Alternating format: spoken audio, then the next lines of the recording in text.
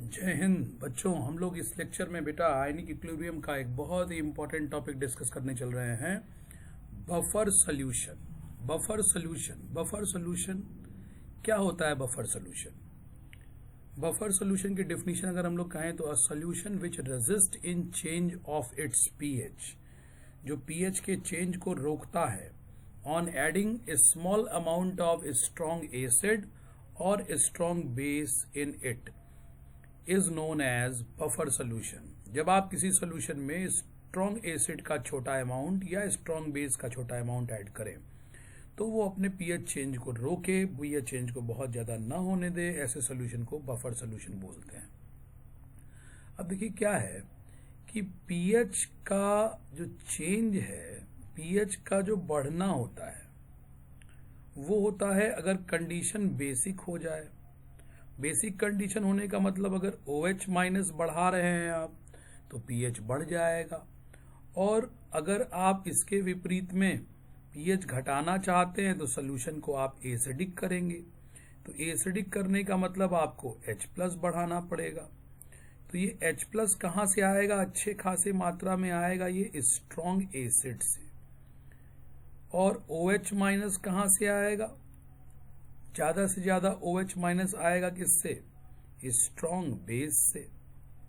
तो strong acid अगर आया तो वो H+ बढ़ाएगा और पीएच घटाना चाहेगा। स्ट्रॉन्ग बेस अगर आया तो वो OH माइनस बढ़ा के पीएच को बढ़ाना चाहेगा। तो हम क्या कर रहे हैं, हम एक ऐसा सॉल्यूशन ले रहे हैं जिसमें आप थोड़ी मात्रा में स्ट्रॉन्ग एसिड ऐड करें या स्ट्रॉन्ग बेस ऐड करें। स्ट्रॉन्ग एसिड ऐड किया आपने तो H+ बढ़ाया होगा, और स्ट्रॉन्ग बेस ऐड किया आपने तो OH माइनस बढ़ाया होगा। तो इस केस में पीएच घटना चाहिए, लेकिन पीएच घटने से ही अपने आप को रोकेगा।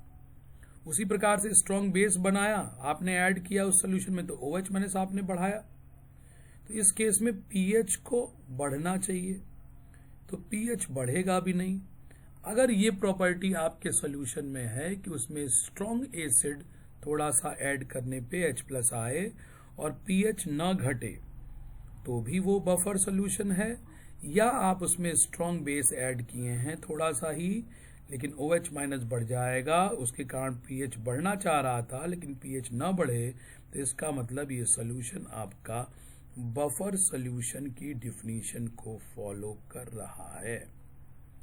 तो बफर सॉल्यूशन बच्चों डिफिनीशन वाइज तो हमने आपको लिख दिया यहाँ पे। अब बफर सॉल्यूशन दो टाइप के, दो प्रमुख प्रकार के बफर सॉल्यूशन होते हैं। 2 type of buffer solution.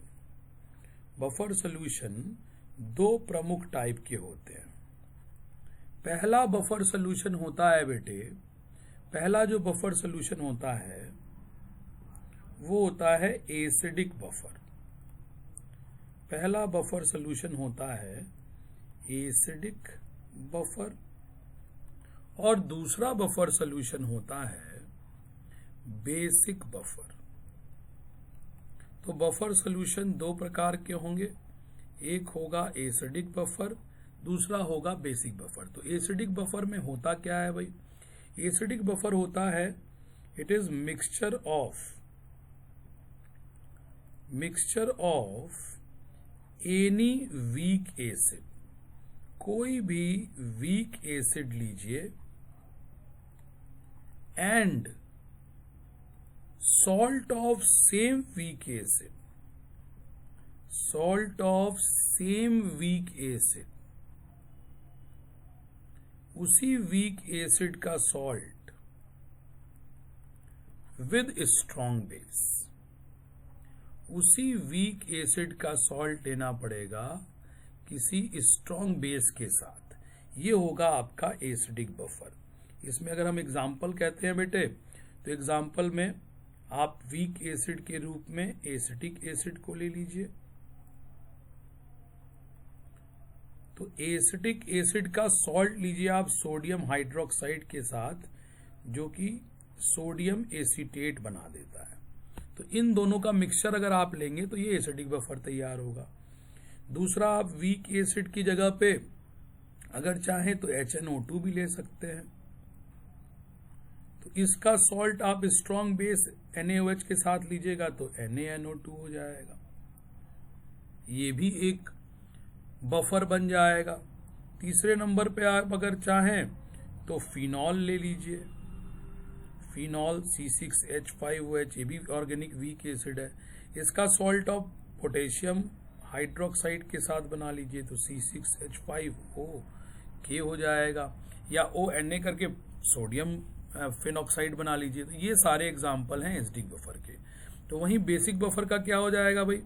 Basic buffer क्या हो जाएगा? इसी के पैरेलल अगर हम लोग सोचें तो mixture of any weak base, कोई वीक बेस लेना होगा और उसी का salt, mixture of any weak base and it's salt, उसी वीक बेस का salt, it's salt with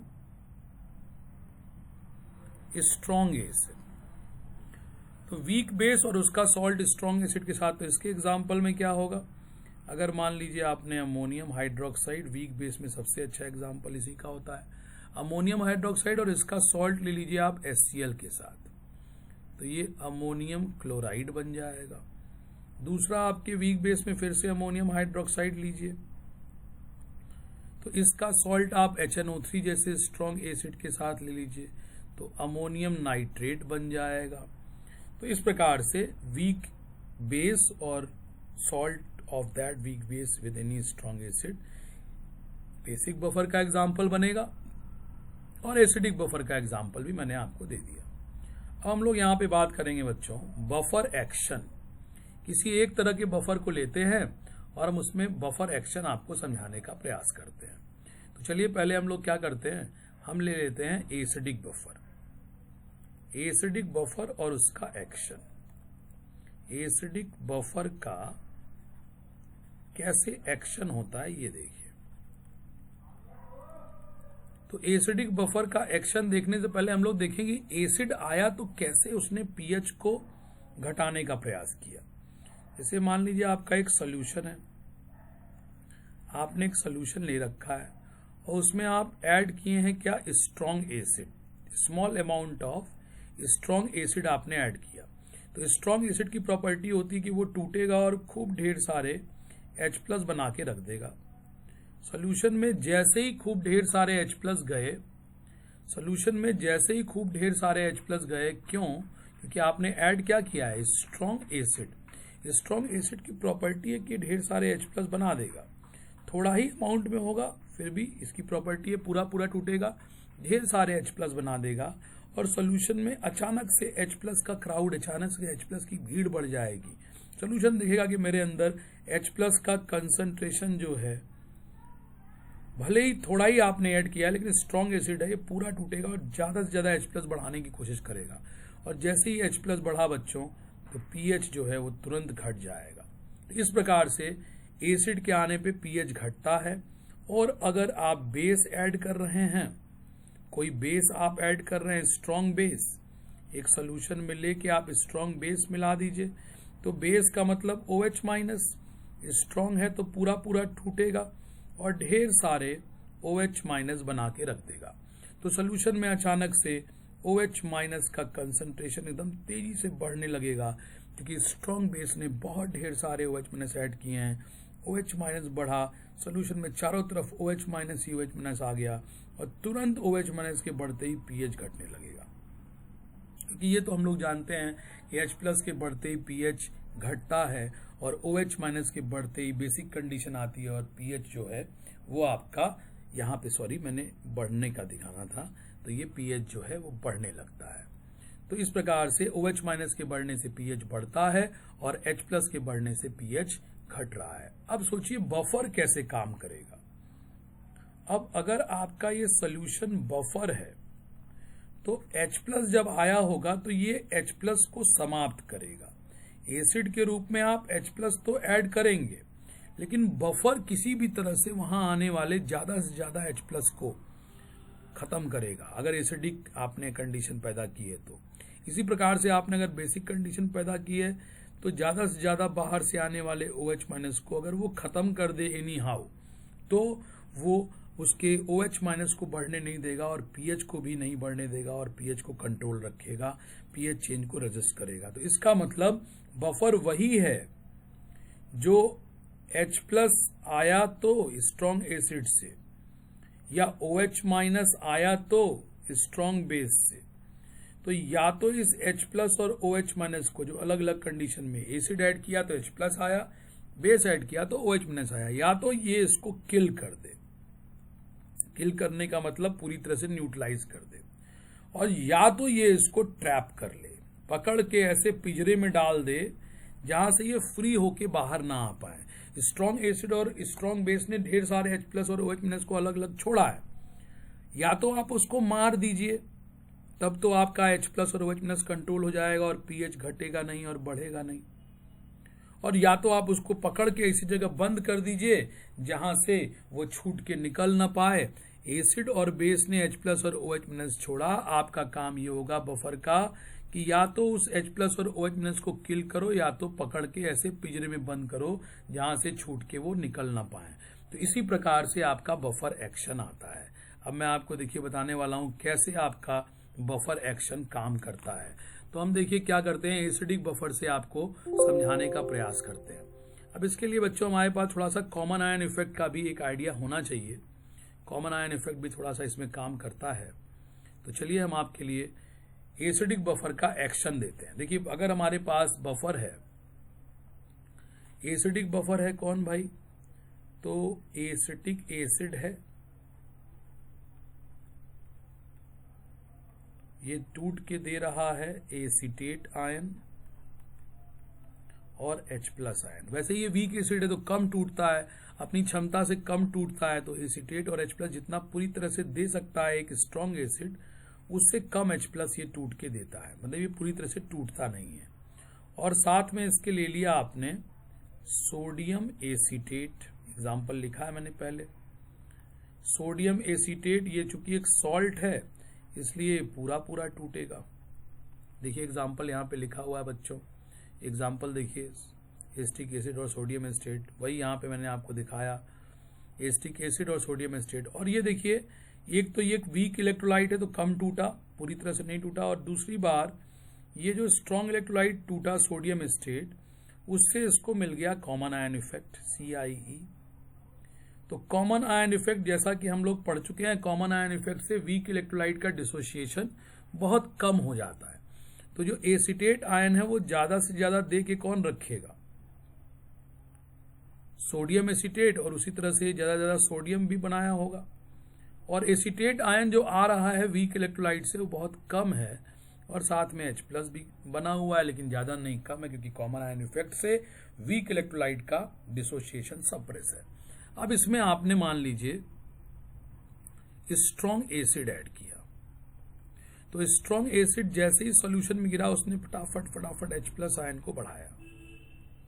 H plus ion बढ़ते ही सॉल्यूशन अपने pH को घटाने ही वाला था, तब तक तो दौड़ के ये एसीटेट आयन इसके पास पहुंच जाएगा, और एसीटेट आयन इन सारे H प्लस से कंबाइन करना शुरू करेगा। और एसीटेट जब H प्लस से कंबाइन करेगा बच्चों, तो क्या बनाना शुरू कर देगा, एसिटिक एसिड। तो इस तरह से ये जो H प्लस थे, ये सारे H प्लस जो आए उसको ढेर सारे एसीटेट आयन दौड़ के आए और उस H प्लस को ट्रैप किया और उसको बदल दिया एसिटिक एसिड में। और एसिटिक एसिड के ऊपर ऑलरेडी यहाँ कॉमन आयन इफेक्ट लग रहा है, तो एसिटिक एसिड का एक तो ये खुद वीक इलेक्ट्रोलाइट, खुद ही बेचारा जितना H प्लस यहाँ इसने कंज्यूम करके एसिटेट ने ढेर सारे एसिटिक एसिड बना दिए, तो पूरा H प्लस कंज्यूम करके तो पहले तो एसिटिक एसिड बनाया। एसिटिक एसिड खुद कम टूटता है, तो एसिटिक एसिड खुद ही H प्लस बहुत कम दे रहा है, तो H प्लस का कंसंट्रेशन आया तो, लेकिन वीक एसिड में बदलने के बाद वीक एसिड कम H प्लस लौट आएगा। और दूसरी बात, यहाँ तो कॉमन आयन इफेक्ट भी लग रहा है, वीक एसिड के लिए कॉमन आयन इफेक्ट भी लग रहा है। देखिए इस केस में तो वीक एसिड का टूटना नॉर्मल से बहुत कम रहेगा यहाँ पे।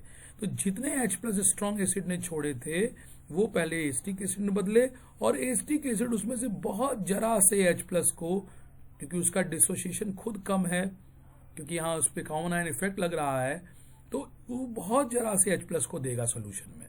तो स्ट्रॉन्ग एसिड ने जितने ज्यादा से ज्यादा H+ छोड़े थे उनमें से मैक्सिमम H+ एसिटिक एसिड के अंदर बंद रह जाएंगे, वो टूट के निकल नहीं पाएंगे, बहुत जरा सा H+ आएगा बाहर। तो पीएच अगर घटेगा भी तो जितना घटना चाहिए था स्ट्रॉन्ग एसिड के ऐड होने के कारण उसकी तुलना में पीएच बहुत जरा सा वेरी करके घटेगा।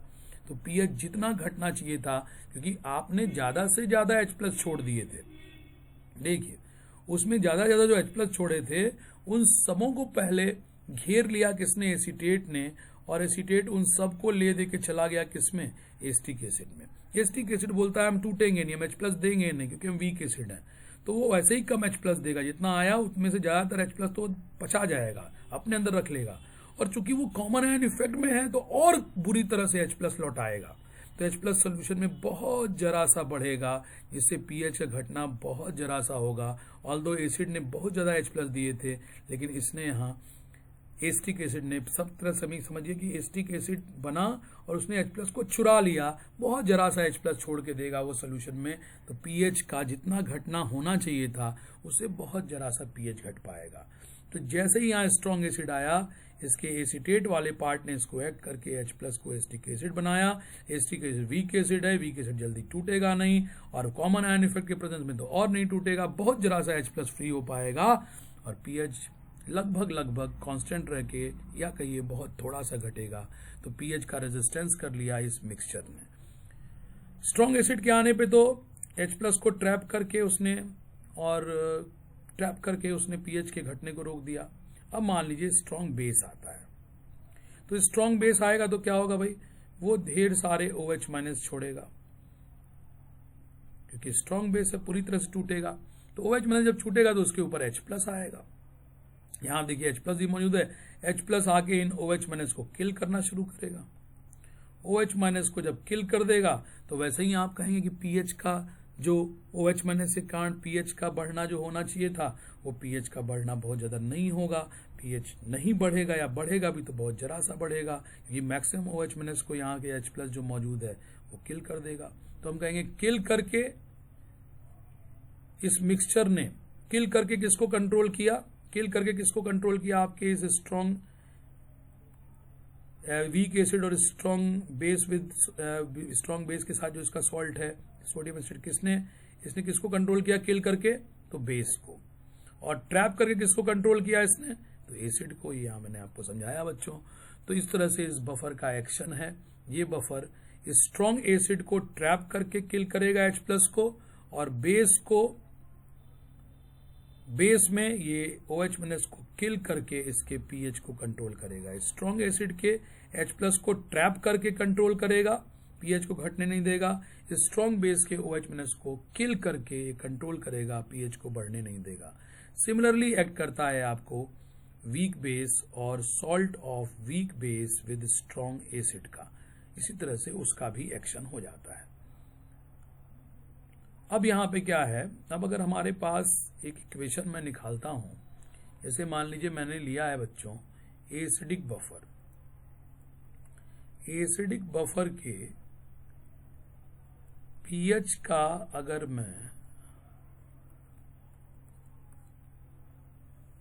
सॉल्यूशन करना चाहता हूं, तो देखिए मैं लिखता हूं यहाँ पे एसिटिक एसिड, ये टूटेगा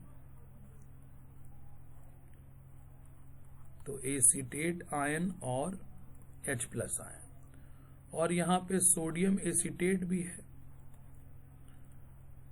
तो सोडियम एसीटेट तो पूरा टूटेगा, एसीटेट आयन देगा और Na+ आयन देगा। अब ये एसीटेट इसके ऊपर लगा देगा स्ट्रॉन्ग वाले का, जो एक आयन है वो वीक इलेक्ट्रोलाइट भी बना रहा है, तो ये इसके ऊपर लगा देगा कॉमन आयन इफेक्ट। तो इस केस में जब भी हम इसका एसिटिक एसिड का डिसोसिएशन कांस्टेंट लिखेंगे Ka, तो वो कॉमन आयन इफेक्ट के अकॉर्डिंग होगा। कॉमन आयन इफेक्ट के अकॉर्डिंग कैसे होगा, तो कॉमन आयन इफेक्ट के अकॉर्डिंग जब हम लिखते हैं तो एसीटेट आयन जो है कॉमन आयन है, तो इसका कंसंट्रेशन, ये कॉमन आयन इफेक्ट वाले लेक्चर से आपको मिलेगा। एसीटेट आयन जो कॉमन आयन होता है उसका कंसंट्रेशन हम स्ट्रॉन्ग इलेक्ट्रोलाइट से लेते हैं। जो अनकॉमन आयन है कौन, H प्लस, अनकॉमन आयन जो है H प्लस, उसका कंसंट्रेशन प्रोड्यूस्ड हम ले लेंगे कहाँ से बच्चों, तो वीक इलेक्ट्रोलाइट से। और जो नीचे हमारे पास रहना है एसिटिक एसिड रीमेन, तो रीमेन ना हो के चूंकि कॉमन आयन इफेक्ट लग रहा है तो वीक इलेक्ट्रोलाइट का हम इनिशियल कंसंट्रेशन रखते हैं। ये यहाँ पे हमारा इक्वेशन होगा बच्चों, इसका हम यहाँ पे रखेंगे इनिशियल कंसंट्रेशन। तो हम यहाँ पे अगर चाहेंगे तो अगर देखें तो concentration of acetate ion from strong electrolyte, और स्ट्रॉन्ग इलेक्ट्रोलाइट का मतलब क्या होना है यहाँ पे, ये CH3COO Na का सॉल्ट। तो आप देखिए ये 1:1 के रेशियो में आ रहा है, स्ट्रॉन्ग है तो पूरा पूरा टूटेगा। तो एसीटेट आयन जितना स्ट्रॉन्ग इलेक्ट्रोलाइट सोडियम एसिटेट से होगा उतना ही यहाँ सोडियम एसिटेट का भी कंसंट्रेशन रहा होगा, और सोडियम एसिटेट क्या था भाई, तो सॉल्ट। तो इसकी जगह हम यहाँ पर लिख सकते हैं कंसंट्रेशन ऑफ सॉल्ट। और एसिटिक एसिड का इनिशियल कंसंट्रेशन आपको रखना है, एसिटिक एसिड का इनिशियल कंसंट्रेशन, इसका मतलब एसिड का जो कंसंट्रेशन हम लिए तो वही रखेंगे। तो यहाँ पे हम रख देंगे एसिड का कंसंट्रेशन। अब देखिए एसिटिक एसिड इनिशियल की जगह एसिड आ जाएगा, एसिटेट आयन सोडियम एसिटेट या स्ट्रॉन्ग इलेक्ट्रोलाइट भी यहाँ लिख सकते हैं हम। इसकी जगह आपका आ जाएगा कंसंट्रेशन ऑफ सॉल्ट इटसेल्फ। तो ये टर्म सॉल्ट से रिप्लेस होगा और ये टर्म एसिड के कंसंट्रेशन से रिप्लेस होगा। तो हमने लिख दिया Ka is equal to concentration of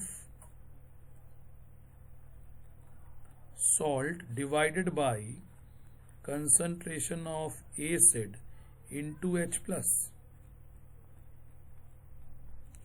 अभी जो H प्लस है ये pH तक हमको पहुंचा सकता है। हम क्या करते हैं, दोनों साइड का लॉग ले लेते हैं। हम दोनों साइड का लॉग लेते हैं, तो log Ka is equal to log concentration of salt by concentration of acid. ये जो मल्टीप्लीकेशन है ये प्लस में हम इसको दिखा सकते हैं, log concentration of H plus. अब दोनों साइड का नेगेटिव कर लीजिए, तो minus log Ka is equal to minus log concentration of acid, sorry concentration of salt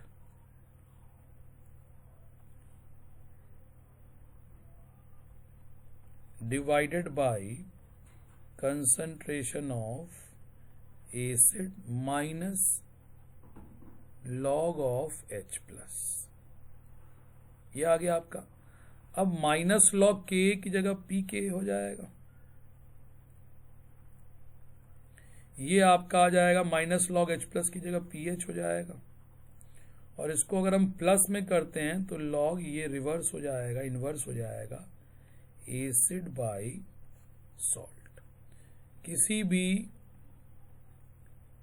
buffer का जो एसिडिक बफर है उसका अगर आपको pH निकालना है तो ये फॉर्मूला आप ले आइए, pH is equal to Pk। ये अगर आप इसको लेते हैं तो Pk is equal to pH plus log acid by salt का फॉर्मूला आपको दिमाग में रहेगा।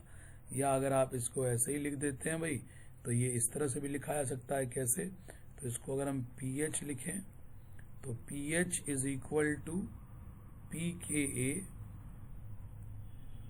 प्लस ये अगर इधर एज सच आ जाए तो plus log salt by acid भी हो सकता है, इस फॉर्म में भी आ सकता है pH का डायरेक्ट फॉर्मूला। इसको ना करके हम लोग ये वाला फॉर्मूला दिमाग में रखें, pH का pH is equal to Pka plus log salt by acid. इसको आप बोलते हैं हेंडरसन इक्वेशन, हेंडरसन इक्वेशन। अगर यही बात बेसिक बफर के लिए होगी तो pH की जगह वहां पे निकलेगा for basic buffer. Basic buffer के लिए अगर हम लोग इसी सॉल्यूशन को बनाएंगे तो हो जाएगा POH, Pka की जगह वहां हो जाएगा Pkb plus log salt by base का कंसंट्रेशन आ जाएगा। तो ये आपको बेसिक बफर का सोल्यूशन होगा। जब पीओएच आ जाएगा बच्चों तो बड़े आराम से आप पीएच निकाल लेंगे। PH is equal to 14 minus pOH करके। तो this is all about buffer solution topic बच्चों। हमने आपको इसमें बफर का एक्शन भी समझा दिया, बफर का एसिडिक बफर का इक्वेशन डिराइव कर दिया, बफर सोल्यूशन की डेफिनेशन हो गई। तो this is all about buffer. Buffer पे प्रॉब्लम करेंगे हम लोग, न्यूमेरिकल्स भी हम लोग बना लेंगे अगले लेक्चर में। थैंक यू बच्चों।